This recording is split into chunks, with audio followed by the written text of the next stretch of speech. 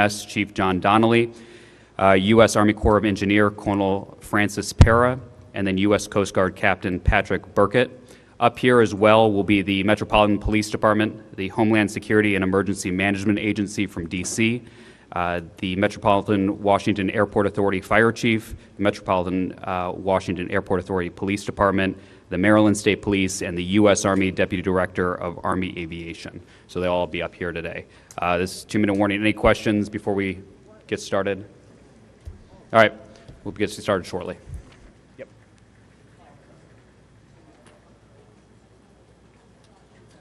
Just a reminder also, if you all, when you ask questions, if please just speak up and give your name and your network as well.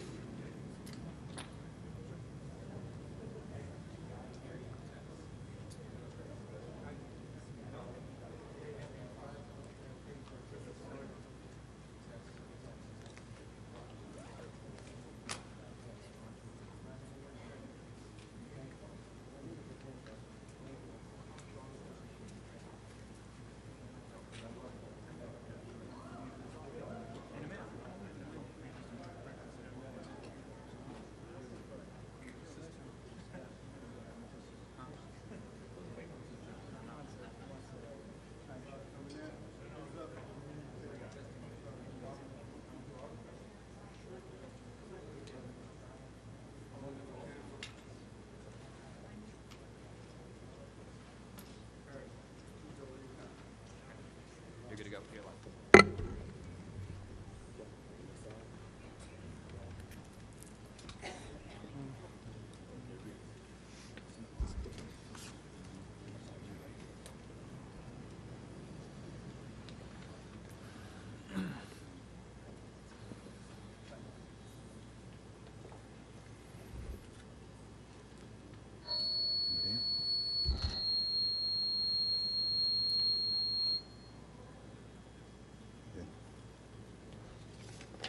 Good afternoon, everyone.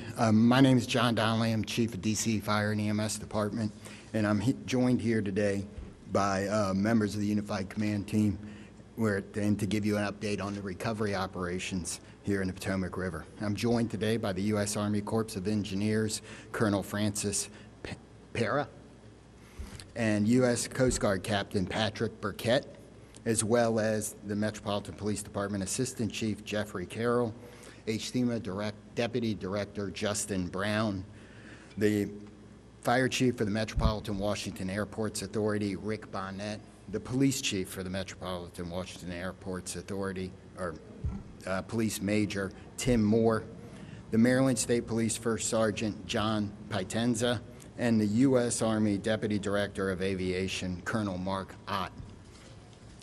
We have the next slide. So overnight, we've been conducting search and rescue operations, or really since our last update. And these operations have continued with our regular partners from the region, as well as some of the assets that have arrived on scene. During our salvage surveys in preparation to lift the aircraft, additional remains were located and removed from the river and taken to the medical examiner's office. So far, 55 victims have been positively identified from this aircraft, or from this accident. The NTSB, American, and PSA Airlines, as well as district officials, Red Cross, and some other support organizations are continuing to support the families at the Family Assistance Center and during a site visit. So far, the only injury on this event that we have to report is that one of the Metropolitan Police Department divers was transported to an area hospital to be checked out after a hypothermia situation. We're happy to report that he's doing fine, and that's the only injury we have.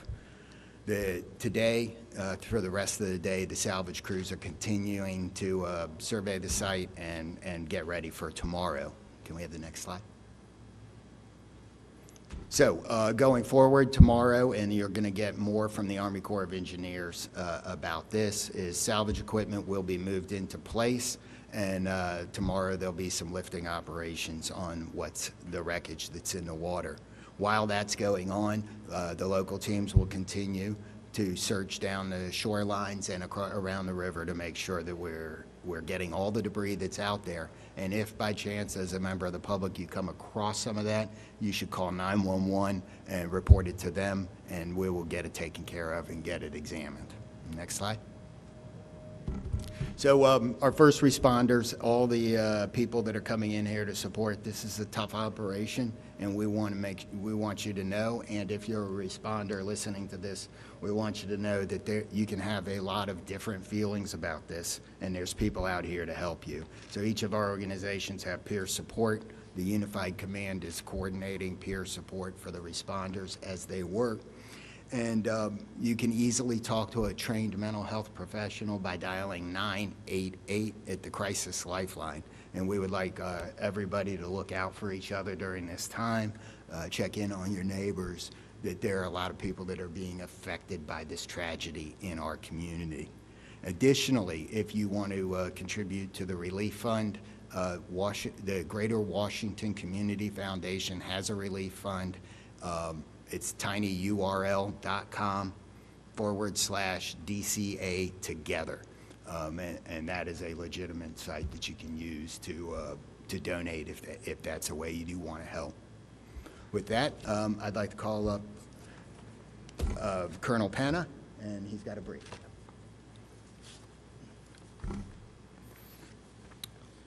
Hey, good afternoon, everyone. My name is Colonel Francis Pera. I'm the commander of the U.S. Army Corps of Engineers, Baltimore District. I'd first like to say that really our hearts and minds remain with the victims of this tragic incident. I also really want to thank the cooperation that we're getting at the local, state, and federal level. This is an incredible joint response effort. Right now, the Corps of Engineers, together with the Coast Guard, the U.S. Navy's Supervisor of Salvage and Diving, or SUPSALV, we're leading the effort to clear the wreckage for the Potomac River as part of a larger interagency effort. Before I can explain how this wreckage removal will work, I just want to make sure that everyone is crystal clear, understanding that all salvage operations will be completed in close coordination with the Unified Command. All of our partners, just really to ensure strict adherence to our central priority that the dignified recovery of missing flight passengers and personnel take precedence, right? And should any remains be found during our process, an automatic work stoppage happens, and we will definitely begin the proper coordination with the appropriate authorities. So reuniting those lost in the tragic incident is really what keeps us all going. We've got teams that have been working this effort since the beginning, and we're committed to making this happen. So our teams over the past couple of days have been really doing the preparatory work to make sure that we're doing this the best way possible. There's an iterative process that we go through that starts with really the dive survey process to really understand. I've got a small graphic that we're sharing with some of you here. That first piece is a sonar piece. We've got a wide debris field. Within that wide debris field, we're employing different techniques to make sure that we can understand what's in the water. Once we've localized really the larger items that we want to focus on, that really starts to shape our dive effort. Our dive effort is there with some very trained personnel. These are personnel who have a lot of experience. Many of you in the local area are familiar with the response that we had at the Francis Scott Key Bridge. It's very similar in the capability and experience that we brought there. This dive team goes down, they look and they do their prep and work to make sure that they can establish a great salvage plan. Once they build that salvage plan, we'll spend the next period of planning and preparation to prepare for our lift plan. That's where we're at today. Today is our second day of survey in the water. I think we've done everything to set the conditions for a successful lift starting tomorrow morning. We anticipate that we'll start at first light. Right now, if you look out in the Potomac, you'll see that all of our equipment and personnel are in place. We've completed our rehearsals, and all the processes that I talked about previously have been rehearsed to a T with all of our joint partners. As we go through that, when we begin the lift process tomorrow, our goal is to really lift as much as we can, given the fact that we are also accounting for the human remains component. And then our goal is to then transfer those pieces of equipment over to a flatbed trailer that will now take it over to a designated hangar so that the investigation can begin. At that point, we're going to reassess. We'll repeat this operation. It's really just a reminder that we're extremely deliberate about how we're approaching this, and we're doing this in partnership with each member of the Unified Command with the victims in mind. I'll stand by for any questions you all may have, and I'll be followed by Captain Pat Burkett from the U.S. Coast Guard. Hey, good afternoon. My name is Captain Pat Burkett. I am the Sector Commander for Coast Guard Sector Maryland National Capital Region.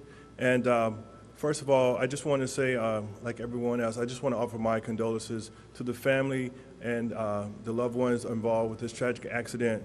I also want to just say thank you to the community. We, the Coast Guard, along with the first responders here, have just received a tremendous outpouring of support from the community, from messages and social media. Just thank you so much. That really helps us keep going and keep the mission focused on what we need to do over the next couple of days. But what I want to do is kind of talk about the Coast Guard's role here. What we're doing is essentially monitoring the safety zone that we have established. And that safety zone is for all waters north of the Woodrow Wilson Bridge on the Potomac River. So the area that you see here in the graphic in red, that's the Coast Guard established safety zone that only vessels that's been pre-vetted for this operation are going to be allowed to get into. The Coast Guard have right now on the water 4 what we call our small boat assets that's monitoring that area, and then we have 2 Coast Guard cutters that's also in the area to ensure only those authorized vessels are in the area. And if there's any other vessels that have to get through this area or need to transit, you need to call on Coast Guard Channel 16 or either call the Coast Guard Command Center so that you can request permission to see if there's any possibility of you coming in those areas. But right now that waterway is closed only for those involved with this operation.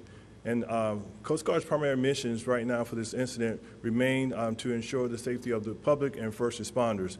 And we will do that by ensuring no one is in this security zone, the safety zone. Like I said, we have about 200 personnel in addition to those vessels that's on the waterway, to include active duty, civilian, and auxiliary Coast Guard personnel that's all involved to make sure we can support our partners in this effort. As we aid in the recovery and salvage efforts, and like I said, we just want to support the National Transportation Safety Board, the Army Corps of Engineers, and Navy Supervisor of Salvage to ensure we clear the wreckage and recover everyone involved in this incident. Any questions, I'll stand by and pass it back over to Captain John Darling.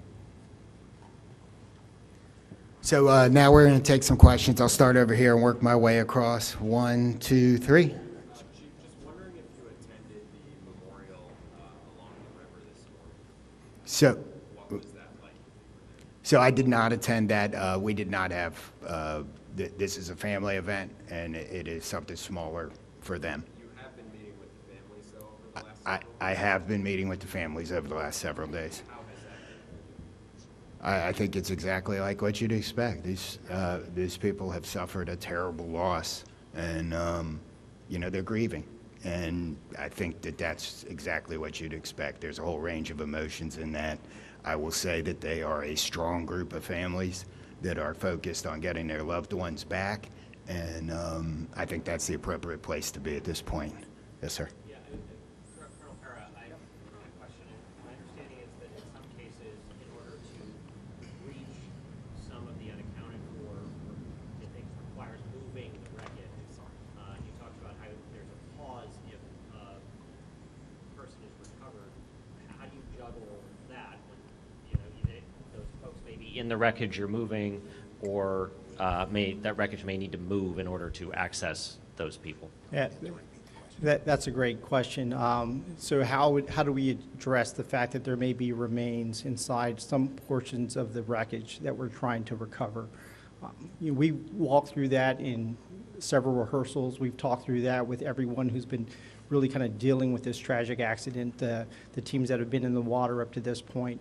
What we're finding is, during our dive surveys, we really get a good appreciation of kind of where the wreckage is, where the lift points are, and at that same time, based on the type of equipment that we're bringing, and we're finding that we have a much better view of kind of what's in the wreckage than what we've seen with some of the other dive operations, really because we're really kind of taking a dive salvage approach. So when our divers go down there, they've got a much wider view on their helmet, and they also carry a HD camera that's supported by a support boat. So you've honestly got 4 or 5 sets of eyes looking inside of a wreckage at the same time. We already do have clear water, so that just kind of aids in that process. During our surveys, for instance, yesterday, they were able to identify 11 separate human remains as part of this effort, as part of their preparatory operation for dive. We do have a process where we will watching the lift as it happens, and then if there are remains in there that will not move while we're recovering the wreckage, we will bring that wreckage to the surface of the barge. Our process to immediately tent the barge to make sure that we have full discretion, and then we'll bring in the proper personnel to deal with that at that time. Thanks, sir. Thank you. Next question.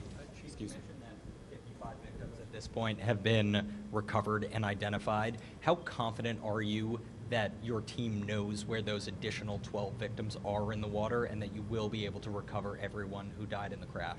So it is my belief that we're going to recover everyone.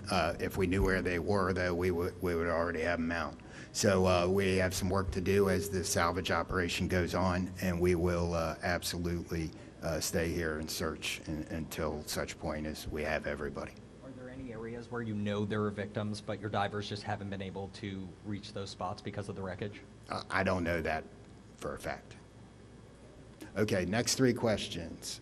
And actually, I should have repeated your question at the beginning, if that helps. The question was, are we confident that we know where all the victims are and that we will get everybody out? And the answer to that is that we believe we're going to be able to recover all of the victims, but no, we don't know where they all are at this point. So next 3. 1, 2, 3. Yes, sir. So if I heard the 2 of you correctly, you have 12 victims that you have yet to recover, but you believe you have 11 sets of remains that you've seen based on the dives you've done so far. Did I not hear that correctly? So the question was doing our math. We have identified. Let me get the number that I gave. 55. 55. I want to be clear on that. That we have positively identified. We did remove 11 sets of remains yesterday from the wreckage during our operation. So those 2 number, the 55 includes from that 11. Okay? So we're still searching for the delta between it. And you expect that when you lift the fuselage that you'll be able to recover more remains in the fuselage? Or in the 2? So I know you have that's 2 part of distinct- this operation, right? We are gonna, as we recover the fuselage, we expect that we'll find more, but we may also need to do additional searches in other areas. So, hang on. Yes, sir. There was a question, thank you, about meeting with the families, and we know the emotion that they're going through, but your guys and people from all over the region, your divers, Baltimore, wherever they're coming from, I was told there'd be divers from, as long as they could drive here, they'd be here. But talk a little bit about the emotional toll on your men and women who were down there, who were doing this recovery effort. I mean, the emotion that they are going through as well. So I'm going to speak first a little bit, and then the captain's going to talk as well. There's a lot of work that goes into supporting our responders on an everyday basis, right? First responders across this nation, across the world, see a lot of things. They see people on their worst day. So we have built-in support systems in our fire department and a lot of things in our region. It's something called peer support, but there's various names for it. Peer support is the first layer of defense for first responders. It is peers that have some training to help people understand that the feelings they have are normal and how to get help if there's any feelings that aren't going away, if you're, you know, the signs and symptoms, if you're having trouble sleeping, if you're not eating well, we don't want you to drink, right? Don't want you arguing with your family if all that is something new based on the incident. And we have programs in all of our organizations around this region to help people. And I think that's really important. The other thing you're seeing a lot of is the peer support dogs or the facility dogs. You see some here for the incident command team. They're under a lot of stress as well. So having those dogs here, it relieves some of the pressure, but it also gives the handler a chance to talk to the responder about all of those things we just talked about. Additionally, we know that members of the community are feeling that, and we want to make sure they know that the crisis hotline is out there at 988. So I think that's good. Captain? Thanks, Chief. Yeah, along those same lines, with the Coast Guard, we have something called Critical Incident Stress Management, or what we call CISM. And then we have chaplains that we have on a 24-hour rotation. So as soon as our crews go out and come back into home base, we have CISM teams waiting to speak with them.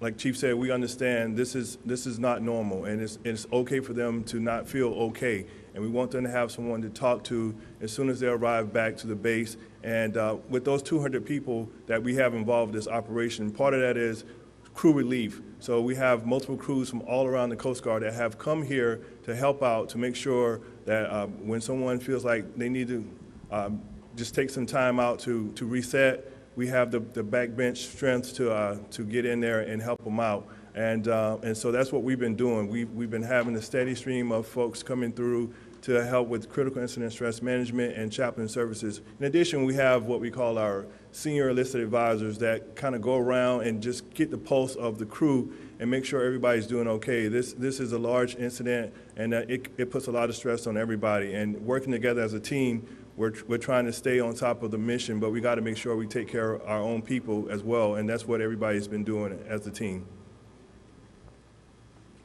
Thank you, Captain. Over here. Thanks, Chief Donnelly. Jonathan Kersley from Channel 9 Australia. You've mentioned the impact on the families, the impact on the crews involved.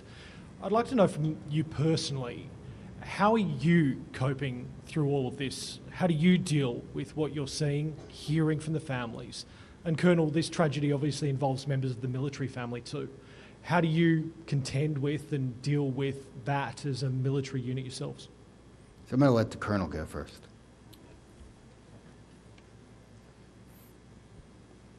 So I think that in the military, we're grieving the same way that the communities and everyone else is grieving, right? We're, you know, there's obviously a tragic loss for each one of those individual families. For everyone that wears this uniform and serves, they go into that knowing that there's a level of risk in the type of work that they do. Every one of those crew members understood that just the very nature of the work that they do incurred some level of risk, right? So, but that alone is probably not enough to kind of overcome really the grief that this tragic incident brings. And similar to what Captain Burkett says, you know, as a military, we rally as a family around each one of those Army families that are associated with this tragedy, and we do whatever we can to provide them whatever support the Army community has to offer to get them through this tragedy. And Fire Chief, the impact on you personally? So you're not going to let me off the hook on that question. I think this is, it's hard for everybody that's responding to it. For me right now, it's mission focused, and that helps you get through the process, and I'm confident that later, later this week, I plan to talk to our peer support people and see what they're saying, or what they remind them. They will remind me of all the things that need to happen. I'll also say that what's been important to me is to watch everybody, all of our teams work together. That's helpful, right? And the second part is that I have a 2.5-year-old grandson at home, so he's a good reset when I get home. And as long as I get some sleep, we're good. I'll take a couple more.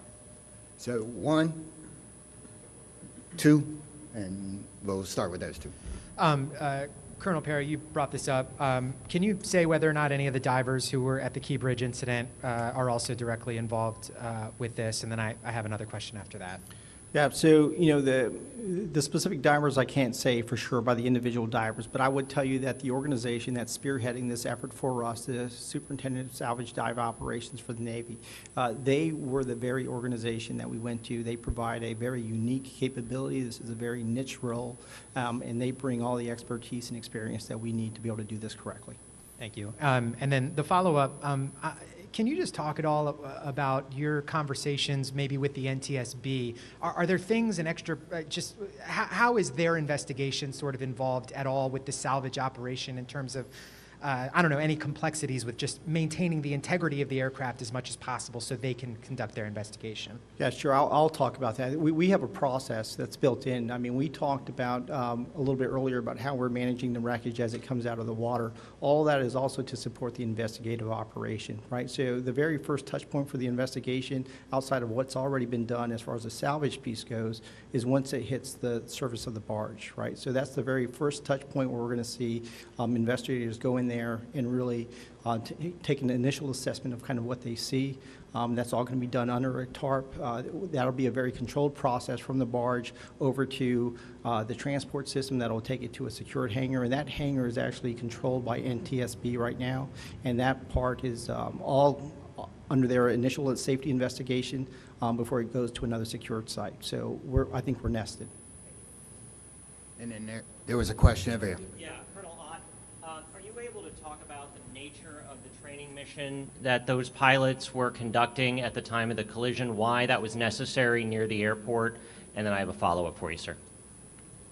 Okay, so the question was the nature of the training mission that the unit and pilots were flying, and I appreciate the opportunity to clarify. I will tell you this unit is based here in D.C.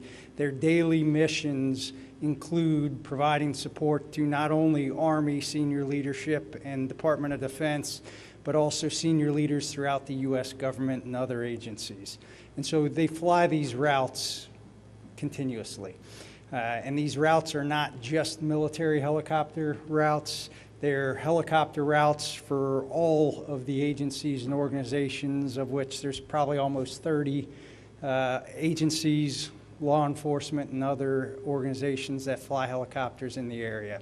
And so the FAA controls those routes, dictates the procedures, and, you know, as the specifics on the training mission that I think have already been kind of talked about is that these were two experienced, qualified pilots to fly in this local area. This is something they've done many times before, and they were simply out flying a mission that's a training mission that's required to reevaluate, just like every Army pilot does on an annual basis. You get reevaluated, re-signed off to fly in your local area. And you do that by flying the routes and the missions that you normally perform. And given the accident, I understand the FAA has put some flight restrictions on helicopters around national. Is the Army looking at making any changes to its procedures when operating in the National Capital Region in this airspace around the airports? As far as changes to procedures or anything, again, I would reiterate that it is the FAA that controls how helicopters transit and the routes that fly around here. And we will certainly be interested to see what, if anything, they decide to do. And then internally, the Army always looks to learn and inform ourselves on any potential changes that need to be made. But I think it's entirely probably premature, and that's what the NTSB does. You know, they're the best in the world at digging into this and finding out what went wrong. And so when we find those facts, then we will certainly look at them hard and see what needs to be done. Thank you. Last question, Dave. Yes, sir. Chief, I understand details of the investigation will fall to the NTSB, but I would imagine, given the work that the divers are doing to recover those remaining victims, investigators have had a somewhat limited access to the wreckage, to the crash site. Can you speak at all to that and whether or not that is delaying some of that work, how all these parts are working together? So the question is, given the location of the aircrafts and all the dive work in terms of removal, has that slowed the investigation process down? Am I summarizing that right? I would say that we're working closely with NTSB. They are a participant. They have a liaison in our command post, and that is to the best of my knowledge, everybody's needs are being met, and that there are investigative pieces that have been taking place. Okay, we're done. Thank you. I appreciate all your questions and time.